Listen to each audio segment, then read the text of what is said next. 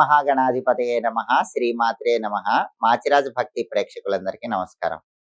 ఫిబ్రవరి 11వ తేదీ నుంచి ఫిబ్రవరి 20వ తేదీ వరకు మేషాది ద్వాదశ రాశులకి రాశి ఫలాలు ఎలా ఉంటాయో, ఈ 10 రోజుల్లో ఏ గ్రహాలు యోగిస్తున్నాయో, ఏ గ్రహాలు యోగించటం లేదో, యోగించే గ్రహాల ఫలితాలు రెట్టింపు చేసుకోవటానికి, యోగించని గ్రహాలు ఇచ్చే వ్యతిరేక ఫలితాలు తగ్గింపజేసుకోవటానికి ఎటువంటి పరిహారాలు చేసుకోవాలో, ఏ ఏ దేవాలయ దర్శనం చేసుకోవాలో, ఏ మంత్రాలు జపించుకోవాలో, ఏ స్తోత్రాలు చదువుకోవాలో, సకల దేవతా స్వరూపమైన గోమాతకు ఎలాంటి ఆహారం తినిపించాలో, ఈ 10 రోజుల పాటు మేషాది ద్వాదశ రాశుల వాళ్ళ భవిష్యత్తు ఎలా ఉండబోతుందో ఈ వీడియోలో మనం తెలుసుకుందాం.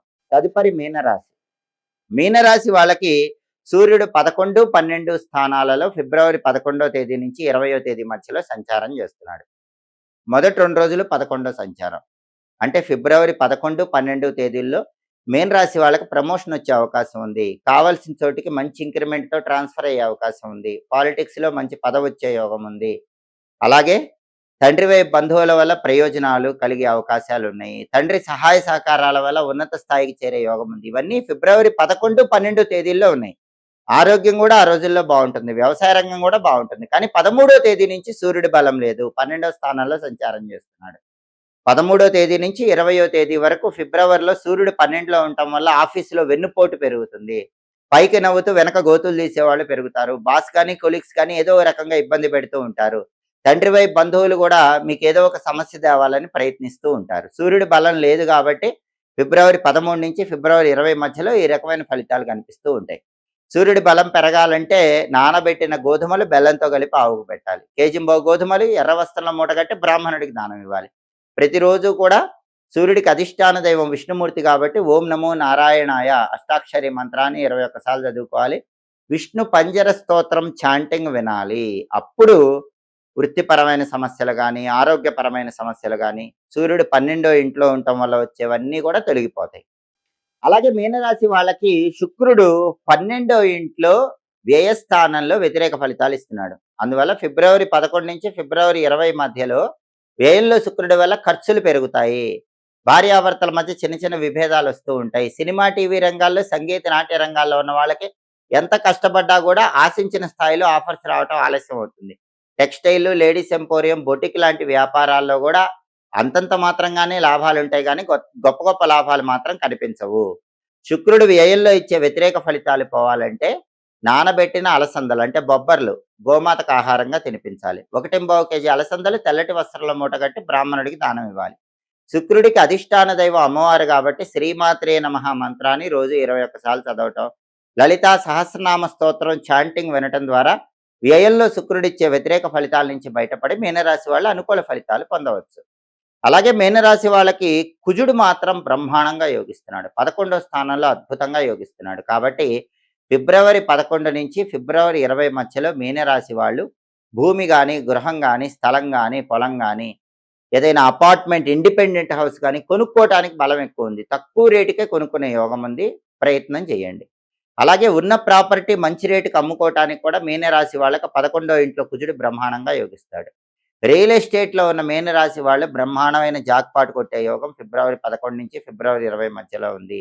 మంచి డీల్ ఓకే అయ్యే అవకాశం ఉంది. గట్టిగా ప్రయత్నించుకోండి. అప్పులు ఏదో ఒక విధంగా తీర్చేస్తారు. చేతికి డబ్బులు కలిసి వచ్చి అప్పుల సమస్యల నుంచి బయటపడగలుగుతారు. బ్యాంక్ లోన్లు శాంక్షన్ అయ్యే అవకాశం ఉంది. సోదరులతో ఉన్న డిస్ప్యూట్స్ క్లియర్ అయిపోతాయి.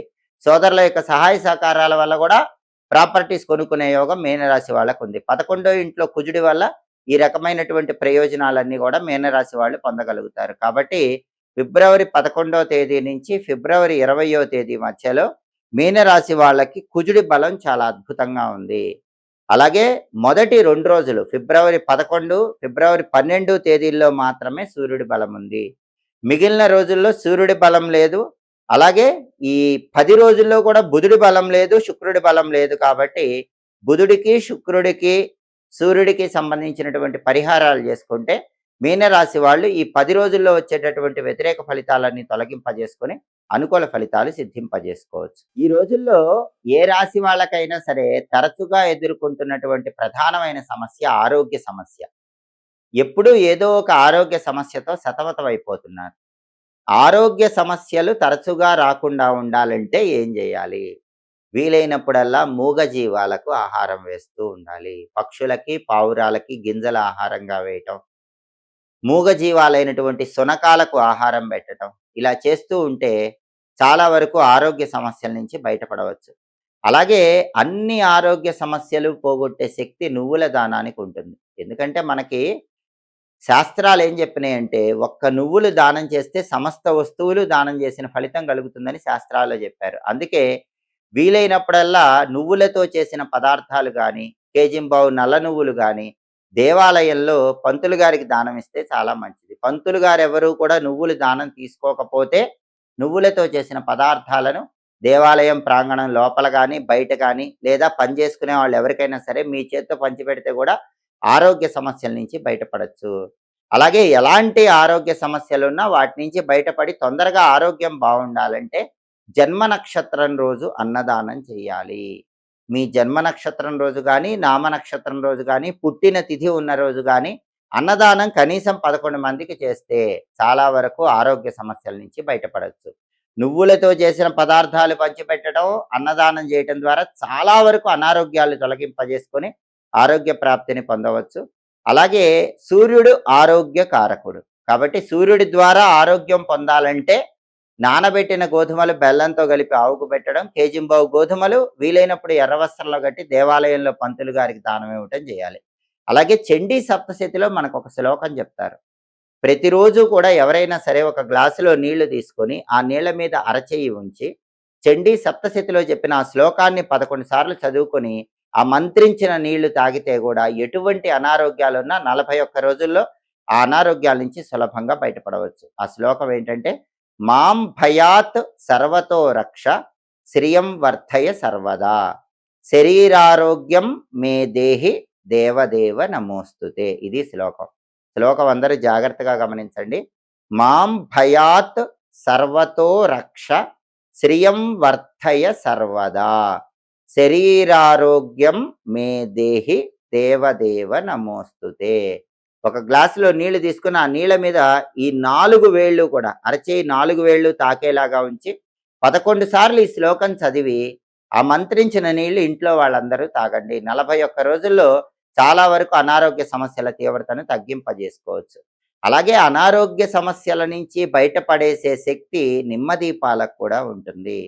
వీలైనప్పుడల్లా మంగళవారం కానీ, శుక్రవారం కానీ, ఆదివారం కానీ, రాహుకాలం ఉన్న సమయంలో దుర్గాదేవి ఆలయ ప్రాంగణంలో కానీ, లేదా గ్రామ దేవతల ఆలయ ప్రాంగణాల్లో కానీ నిమ్మదొప్పల్లో నువ్వుల నూనె పోసి కుంభవతులు వేసి దీపాలు వెలిగిస్తే ఈ నిమ్మ దీపాల వల్ల కూడా అనారోగ్య సమస్యలన్నీ తొలగింపజేసుకొని ఆరోగ్య ప్రాప్తిని సిద్ధింపజేసుకోవచ్చు. అలాగే ఆరోగ్యపరంగా శారీరక ఆరోగ్యానికి ఎంతటి ప్రాధాన్యత ఉందో మానసిక ఆరోగ్యానికి కూడా అంతే ప్రాధాన్యత ఉంది. చాలా మందికి శారీరక ఆరోగ్యం బాగున్నా మనశ్శాంతి ఉండదు. ఈ మానసిక ఆరోగ్య సమస్య ఉంటుంది. దాని నుంచి బయటపడాలంటే ప్రతి ఒక్కరూ తప్పకుండా పౌర్ణమి పరిహారం చేసుకోవాలి. నిండు వెన్నెలలో పున్నమి వెన్నెల కిరణాలకు శక్తి ఉంటుంది. అందువల్ల పున్నమి రోజు వెన్నెల బాగా ప్రసరించే ప్రాంతంలో, అంటే చంద్రకిరణాలు పడే ప్రాంతంలో ఒక వెండి గ్లాసు ఉంచి ఆ వెండి గ్లాసులో పాలు పోసి ఆ పాలల్లో కొద్దిగా పటిక బెల్లం పొడి కలపాలి, మిశ్రీ పొడి కలపాలి. 10 నుంచి 15 నిమిషాలు చంద్రకిరణాలు పడే ప్రాంతంలో ఆ పాలు ఉంచి ఆ పాలు తాగాలి. ఇలా ప్రతి పౌర్ణమికి చేస్తూ ఉంటే క్రమక్రమంగా మానసిక అశాంతి తొలగిపోయి మానసిక ప్రశాంతత పొందవచ్చు. సోమాయ నమః అని ఎల్లప్పుడూ మనసులో స్మరించుకుంటే మానసిక ఆరోగ్య ప్రాప్తి కలుగుతుంది. మనశ్శాంతి తొందరగా పొందవచ్చు. కాబట్టి ఈ రోజుల్లో అందరికీ ఉన్నటువంటి శారీరక ఆరోగ్య సమస్యలు, మానసిక ఆరోగ్య సమస్యల నుంచి బయటపడాలంటే మనశ్శాంతి కోసం సోమాయ నమః మంత్రం చదువుకోవాలి. శారీరక ఆరోగ్యం కోసం చండీ సప్తశతిలో చెప్పబడిన శ్లోకాన్ని చదువుకుంటూ మంత్రించిన నీళ్లు తాగాలి. ఈ పరిహారాలు చేసుకోవాలి. దీనివల్ల సంపూర్ణంగా ఆరోగ్య ప్రాప్తిని పొందవచ్చు. ఎప్పటికప్పుడు దినఫలాలు, అలాగే మాస ఫలితాలు, సంవత్సర ఫలితాలు, గ్రహాల సంచారంలో వచ్చే మార్పును బట్టి ఫలితాలు, 10 రోజుల ఫలితాలు, ఇవన్నీ తెలుసుకోవాలంటే మాచిరాజు భక్తి ఛానల్ తప్పకుండా చూడండి. మా వీడియోస్ మీకు నచ్చినట్లయితే మా ఛానల్ లైక్ చేయండి, కామెంట్ చేయండి. మా ఛానల్ వీడియోస్ 10 మంది మిత్రులకు షేర్ చేయండి. మా ఛానల్ సబ్స్క్రైబ్ చేసుకోండి. పక్కన ఉన్న బెల్ సింబల్ నొక్కటం మాత్రం మర్చిపోకండి.